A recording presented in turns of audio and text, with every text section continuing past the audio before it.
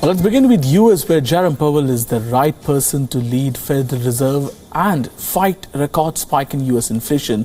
It has been said by President Joe Biden of US as he nominated Republican-appointed Jerome as chair of the world's most influential central bank, US Federal Bank, for the second time. Along with him, Lael Brainard has been named for position of vice chair at the Fed Reserve as well.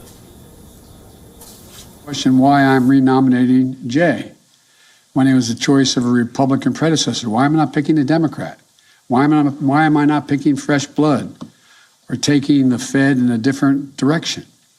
Put directly, at this moment, both enormous potential and enormous uncertainty for our economy, we need stability and independence at the Federal Reserve. As chair, Jay undertook a landmark review to reinforce the Federal Reserve's mission toward delivering full employment. We're making strong progress toward that goal now, and I believe Jay is the right person to see us through and finish that effort, while also addressing the threat of inflation that it poses to our families and to our economy. The nominations are expected to get clearance from the Senate, despite he was picked by predecessor Republican President Donald Trump of US. The Senate is currently controlled by Biden's Democratic Party, but closely divided.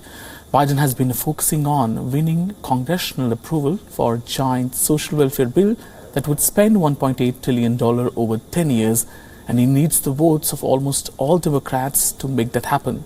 And appointing a Fed chair who might take a tougher line on banks and climate change could have been seen as a way to build support among progressives.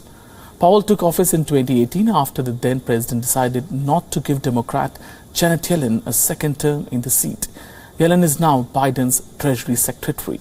Analysts say Jerome Powell will receive a number of votes from Republicans in the opposition, one of whom, Mitt Romney, immediately confirmed his intention to vote yes. However, at least 3 Democratic senators have signaled opposition to Powell's reappointment.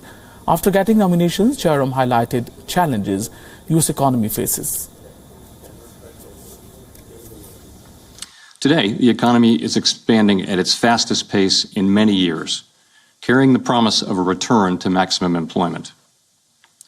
Challenges and opportunities remain, as always. The unprecedented reopening of the economy, along with the continuing effects of the pandemic, led to supply and demand imbalances, bottlenecks, and a burst of inflation. We know that high inflation takes a toll on families, especially those less able to meet the higher costs of essentials, like food, housing, and transportation. We will use our tools both to support the economy and a strong labor market and to prevent higher inflation from becoming entrenched. WION now available in your country. Download the app and get all the news on the move.